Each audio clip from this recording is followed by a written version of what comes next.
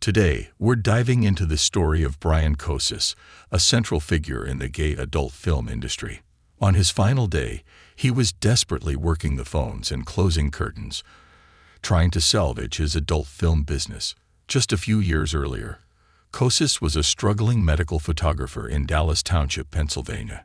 He was so broke that he had to declare bankruptcy. However, he later transformed into one of the most prosperous producers of underground gay adult content in the United States. For Bryan Kocis, business was profitable, with a Maserati, Aston Martin, and BMW parked in his garage and driveway. Until one day in January 2007, Bryan Kocis's home on Midland Drive was robbed and set on fire. Inside, firefighters discovered the owner had died, a headless body with 28 stab wounds. His remains were so charred that county investigators had to use dental records to identify him. The incident involving the gay adult industry magnate left the community in shock and confusion. Now, over time, Bryan Kocis's empire is just a name. To find out exactly what happened surrounding the death of Bryan Kocis, and to learn more about the theory and details related to the case, please watch the video on the channel. First, let us come to the main character in today's story, Bryan Kocis, the man known in the gay adult film business as the King Cobra. Bryan Charles Kocis, born and raised in Larksville, Pennsylvania, is the first son of Michael and Joyce Kocis. After graduating from Rochester Institute of Technology, he began his career as a medical photographer for a local ophthalmologist. After leaving his medical photography business, he tried many business ventures without success. In 2001, he entered the mobile phone business. Some said Kocis's family has always supported him in his career, while another described Kocis as intimidating and odd. However, after being accused of sexually assaulting a 15-year-old boy, he was removed as a partner in the venture and founded the company Cobra Video that same year. In late 2001, Kocis filed for bankruptcy in federal court. Kocis established two subsidiaries called Cobra Video LLC, one in Pennsylvania in 2002 and one in Delaware in 2005. Cobra Video operates in the low-budget bareback film production market, similar to the barely legal style. The company focuses on producing adult films with young actors who appear to be teenagers engaging in unprotected sex. For 5 years after bankruptcy until his death, Kocis's Cobra Video was a financial success. Before his death, Kocis amassed personal assets including a Maserati convertible, a BMW sports utility vehicle, and an Aston Martin car. In addition to the house in Dallas Township, Kocis also owned 2 adjacent plots of land in Rice Township, valued at more than $400,000 and free of mortgages. In 2002, police discovered a videotape in the home of Bryan Kocis when he was 39 years old with a 15-year-old male. Kocis pleaded guilty to child molestation and was charged with improper sexual arousal of a child and transportation of a child for sexual purposes. Because the boy lied about his age, Kocis was only given probation. In 2006, Judge Michael Conahan signed a decision changing Kocis's indictment from sexual assault to child corruption. Kocis's former attorney, Al Flora, said the change was made because the original charge of child sexual assault was an error, and they did not become aware according to his parents. Joe was discharged after a few weeks due to intense conflicts with a drill instructor. Although there is no official record from military files about this period, Joe and Harlow continued their relationship. After leaving the military, Joe started working as a gay escort. He hired others to work for him and built a prominent business. His website, NorfolkMaleescorts.com, became one of the top search results for Norfolk. Rumors suggest that a city attorney from Norfolk contacted Joe's lawyer with complaints. As an escort, Joe was known as Mark, and in a video called Boy Batter, he referred to himself as Trent. Joe and Harlow had little time for friends, but focused a lot on Joe's family. Joe's father, Fred, a Navy veteran who worked at a water treatment plant in Norfolk, and his mother, Rosalie, who had worked in a school cafeteria for many years, gradually realized and understood that Joe and Harlow were a couple. Harlow faced opposition from his family when he met Joe. His partner Joe convinced Harlow to leave the Navy and move in with him, making Harlow dependent on him for housing, clothing, and transportation. For dining out, Joe covered all their daily expenses. However, Fred and Rosalie accepted Harlow as their own son and continued to show love and support for both of them. Although Fred and Rosalie did not approve of the homosexual relationship, they still took care of the daily lives of Joe and Harlow. Fred participated in construction projects while Rosalie took care of the household. Joe and Harlow's work involved sexual activities and customer care through massage and physical therapy services. Joe and Harlow became successful and wealthy, moving from renting cheap rooms to buying a $500,000 house. They lived lavishly, dining out every night, and owning luxury items such as chinchilla coats, Rolex watches, and a Dodge Viper. Fred also mentioned that Joe and Harlow took care of their health and appearance, regularly working out and attending sessions at their private gym. Although Fred was proud of his son's achievements, he was also concerned about Joe and Harlow's excessive spending and extravagant lifestyle. Harlow and Joe met Lockhart and Grant at a critical time when the Virginia couple was facing nearly $1 million in debt. The relationship between the four started when Grant accessed Harlow's online profile the previous fall. After a series of letters and phone conversations, they agreed to meet for dinner in Las Vegas during the Adult Video News Conference, a significant event in the adult industry. Here, Lockhart and Grant also met Kocis to finalize some legal issues. The dinner at Bellagio on January 11th was described by Grant as the most expensive meal he'd ever had in his life. During this dinner, Grant revealed that Joe speculated that a video featuring Harlow and Lockhart could make $1 million. Additionally, Grant mentioned they were struggling with legal issues related to Kocis, at which point Harlow asked, "What if Kocis goes to Europe?" Lockhart did not understand and replied, "Go back." Harlow continued, "What if he goes to Canada?" Grant reassured Lockhart and said, "No, you don't do that." Joe added, "Harlow has a client ready to do anything for him." Grant found these comments strange, but did not think Joe and Harlow were serious. After dinner, everyone drank too much and had to leave. The Virginia couple left Las Vegas the next morning. Grant and Lockhart continued negotiations with Kocis. In January 2007, a few days after the Las Vegas meeting, Kocis was found murdered in his home. The investigation quickly led authorities to Harlow Quadra and Joseph Carriques. It was discovered that the two had planned the murder to eliminate Kocis as a business rival and take over his lucrative business. They had posed as potential models and arranged a meeting with Kocis, during which they committed the crime. The trial revealed a detailed plan to kill Kocis, including buying knives, lighter fluid, and other supplies. Quadra and Carriques were found guilty of first-degree murder, arson, and related charges. They were both sentenced to life in prison without the possibility of parole. The murder of Bryan Kocis, a significant figure in the gay adult film industry, shocked the community and brought to light the dark and competitive nature of the industry. The case remains a stark reminder of the lengths to which some individuals will go for power and money.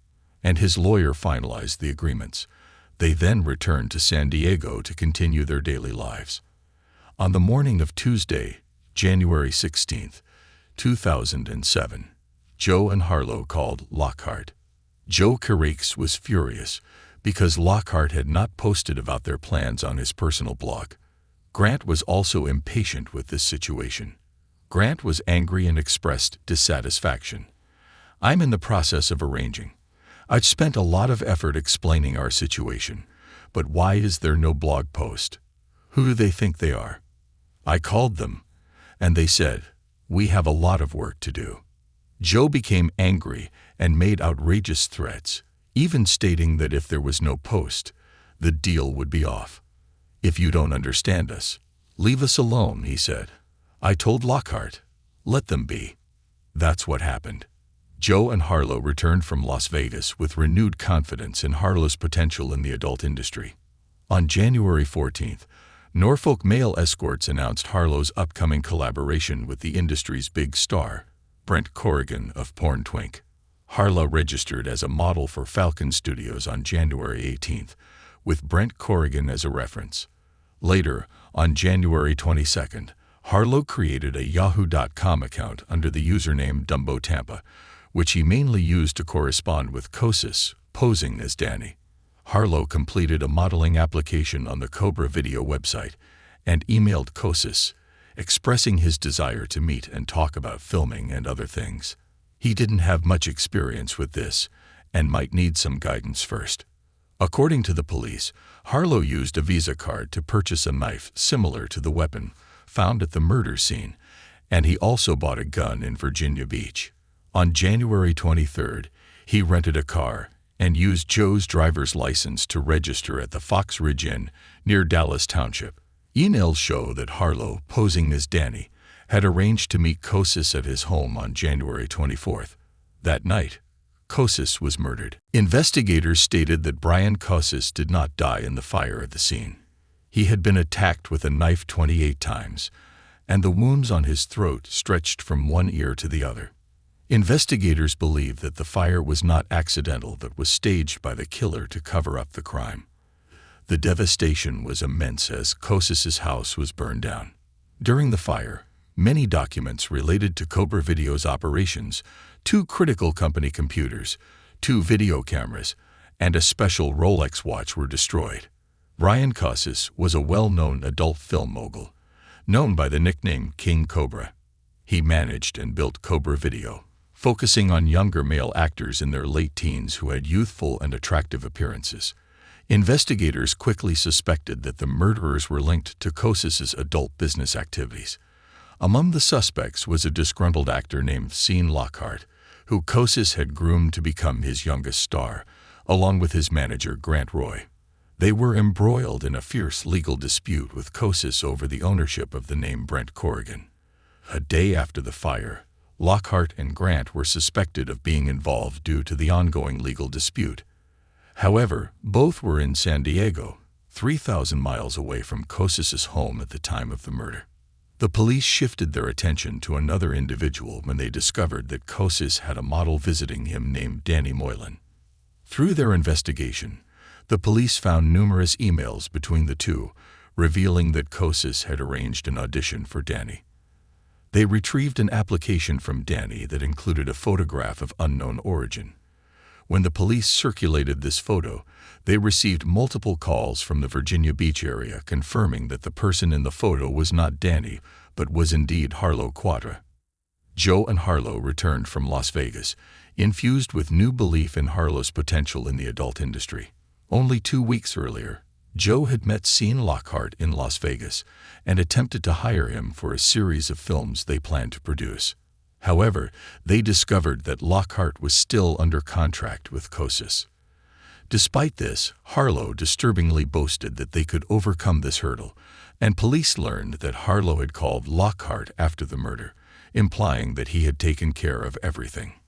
Credit card records and surveillance footage confirmed that Harlow and Joe had traveled to Pennsylvania before the murder.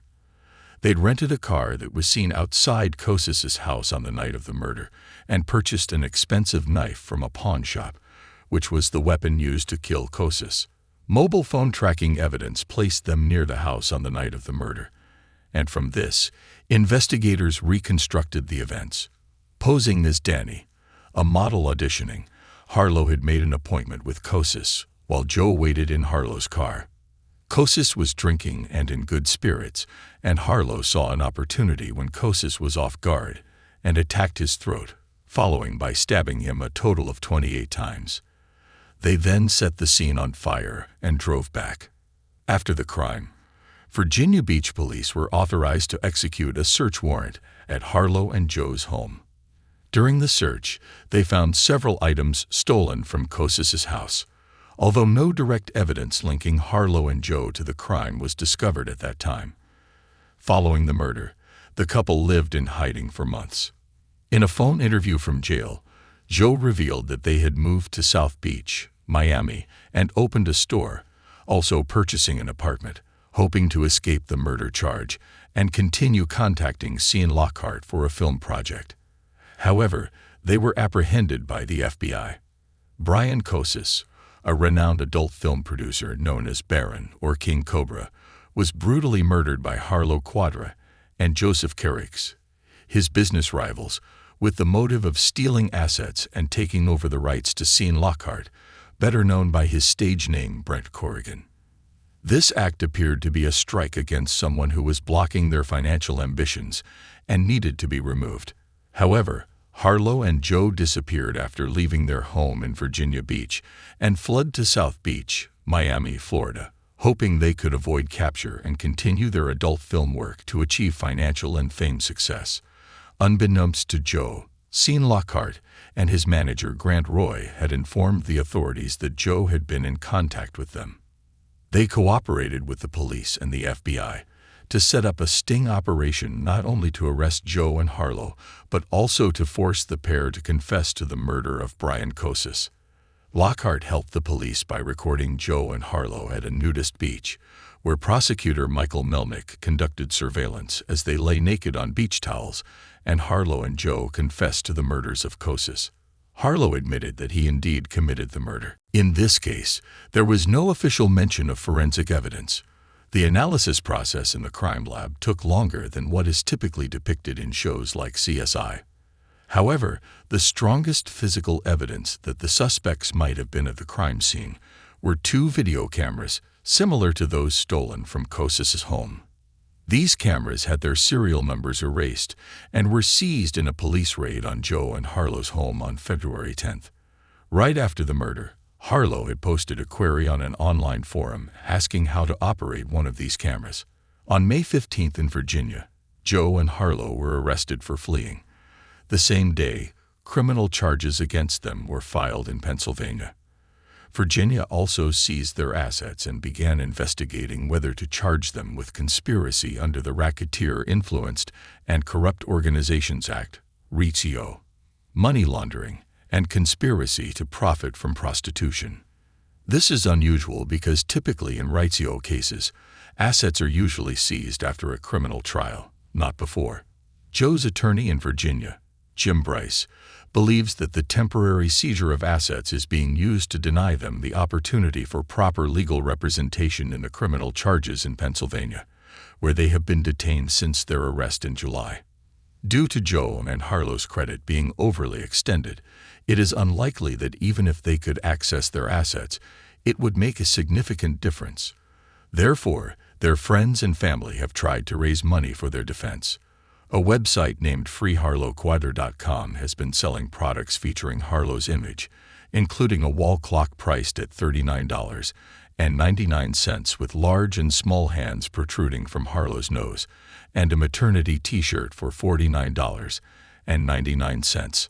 On May 15, 2007, Harlow Quadra and Joe Carrix were arrested and charged with the murder of Kocis. Joe made a plea deal to avoid the death penalty. On December 8, 2008, Joe pleaded guilty to second-degree murder, theft, forgery or fabrication of evidence, and conspiracy to commit a crime, and was sentenced to life without parole. Harlow did not plead guilty and was brought to trial. On February 24, 2009, he was found guilty of all charges. On March 16, he was sentenced to life without the possibility of parole. On April 7, 2009, Harlow appealed his life sentence. After pleading guilty to a series of charges, Joe was sentenced to life without the possibility of parole. However, Harlow has since changed his stance, refusing to accept the charges and going to court with the defense attorney arguing that Joe, not he, was the actual perpetrator of Bryan Kocis's death. Harlow recounted that on the night of the murder, while he was at Bryan Kocis's house, he posed as a model and befriended Kocis. According to Harlow, Joe then unexpectedly attacked Bryan with a stab to the neck, and Harlow's defense attorney argued that Joe was the murderer in this case. However, the jury did not believe this and convicted Harlow of murder, sentencing him to life without parole. Harlow still insists that he is innocent in this case. In a phone interview with a crime media team, Joe initially confessed that he had indeed held the knife. However, Things became complicated when Joe retracted that statement in a subsequent phone conversation with one of the producers. In that conversation, Harlow wanted to clarify the event and felt hurt by Joe's refusal to accept responsibility. Although Joe did not attack Kocis's neck, Harlow maintains that he is not the murderer in the case, and he wants to clear the truth to everyone. However, he feels it is difficult to convince people that he is not the only perpetrator. In California, Grant Roy shared that he learned an important lesson. From now on, if someone mentions murder in jest or anything similar, no matter the context, he will walk away. Previously, he often watched shows like CSI Miami and movies about conspiracies or murders, and all of it seemed fictional to him. But now, when he watches such content, he feels that it is based on reality. The upcoming reality shows demonstrate a thin line between fiction and reality. They explain why such reprehensible actions occur and why foolish people think they can do things they cannot. In another interview related to the adult film industry, Sean Lockhart confidently explained why he and other young men decide to enter the adult film industry in front of the camera, a decision intertwined with his fate and that of Cobra. There are 3 reasons why guys get into adult films. The first is money. When you're trying to support yourself and the only job you can get is in retail, it's almost inevitable. The second reason is social status. The third is that some guys don't have many choices. Initially, my reason was about money, but now it's about proving to everyone that I am a unique individual. When life gives you a lemon, what do you do to turn it into lemonade? The lawsuit of Bryan Kocis against Sean Lockhart and the statement by the Luzerne County, Pennsylvania prosecutor in the murder trial of Harlow Quadra that Lockhart was contractually bound to perform sexual acts to make money for Kocis's Cobra video company sparked a public discussion about the legality of contracts in the adult industry and highlighted why gay crime is prevalent. The adult entertainment industry in North America is concentrated in the state of California. The book, Cobra Killer, Gay Porn Murder by Andrew E. Stoner and Peter A. Conway narrates the murder of Bryan Kocis and the trial proceedings of Harlow Quadra and Joseph Carriques. It was published by Magnus Books on June 19, 2012. Based on this book, the film King Cobra premiered at the Tribeca Film Festival in 2016, featuring Christian Slater as Bryan Kocis. This concludes the story. Thank you for spending time following it. What are your thoughts on this case? If you found my story interesting and engaging, please leave a comment with the no one. If you feel improvements are needed, comment with the no too. For any other thoughts, please comment below. Additionally, our channel offers many other thrilling true crime documentaries waiting for you to discover. Your support is the motivation that helps us continue to grow. So please leave a like, subscribe, and turn on notifications to stay updated. The story ends here. Let's move on to today's next case. In the courtroom in February 2018, the atmosphere was tense and filled with sorrow due to the callousness of 2 teenagers, Johnny Ryder, 19, and Cassandra George, 17, who were facing the consequences of their horrific actions. These 2 young individuals brutally murdered Cassandra's grandparents in Lawrenceville, Georgia. Their brazenness did not stop there. The perpetrators held a party at the very site where their victims fell. This added an even more chilling aspect to the story. As news of this horrific crime spread online, the public was deeply saddened and disturbed, with many expressing outrage and deeming the young killer's actions unforgivable. Additionally, questions were raised about the motive behind such a disturbing act, pondering how they could commit such ruthless violence. To find out exactly what happened in the Jesse Valencia murder case, please watch the documentary crime video below produced by W Crime. Before the shocking case caused by one of the young murderers, who was also the grandchild of the victims, Cassandra became the most focused individual in the case. The number of Wikipedia searches about Cassandra significantly increased since the exposure of her grandparents' murder. However, most information related to her personal life is not disclosed due to privacy policies for minors. Yet from the information we gathered, A brief overview of this young girl's background can be provided as follows. Cassandra was born and raised in Atlanta and moved to Lawrenceville, Georgia, at an undetermined time during her childhood. She lived with her maternal grandparents and attended Duluth High School. She was known to have run away from home several times, doing so in late December 2016 and early April 2017. Amanda Sterling is Cassandra's mother, and detailed information about her father remains unknown. We believe that the improper upbringing by her mother and the lack of affection from her father might have contributed to her problematic behavior from a young age. The authorities had to supervise Cassandra, who dropped out of school and accumulated a record of juvenile offenses. For over a year, she became so uncontrollable that her mother could not bear it and had to transfer the custody of her daughter to her grandparents, Wendy Woodruff George and Randall George. Both Wendy and Randall were very much loved and respected by their acquaintances and neighbors, described them as warm, friendly, and always ready to help others. So when one of their daughters faced trouble with her teenage daughter, they decided to intervene and assist. Sadly, that decision soon cost them dearly. But they cannot be blamed. How could they have imagined that the granddaughter they dearly loved would do such a thing to them? In October 2015, Cassandra's grandparents, Wendy and Randall, filed a petition in juvenile court to gain custody of their granddaughter, which they won in January 2016.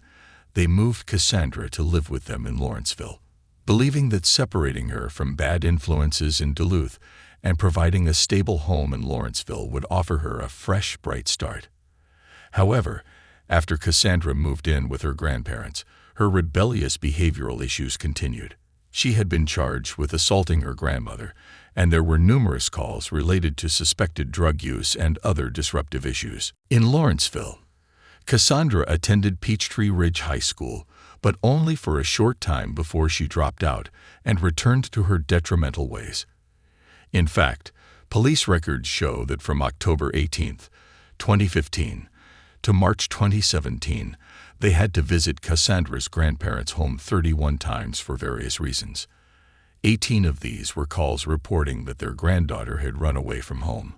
There were also calls about family conflicts, gay panic, and issues with illegal stimulant use. In 2016, the police were called after Cassandra was alleged to have assaulted her grandmother. It's tragic for the elderly couple who, at their age, should have been resting yet chose to confront trouble to help their wayward granddaughter. But instead of gratitude, Cassandra saw them as a thorn in her side, harboring resentment towards them. Perhaps these conflicts fueled Cassandra's hatred towards her grandparents. Someone once said that bad people often attract each other. Indeed, Cassandra became acquainted with and dated another equally troublesome individual, Johnny Ryder. On April 8th, police addressed an assault at a house in Lawrenceville. Upon their arrival, the attackers, identified as Johnny and his girlfriend Cassandra, had already fled. They were accused of assaulting Johnny's sister and her boyfriend with a baseball bat before stealing the sister's car. The sister told the police that upon returning from a meal out with her boyfriend, she found her room ransacked.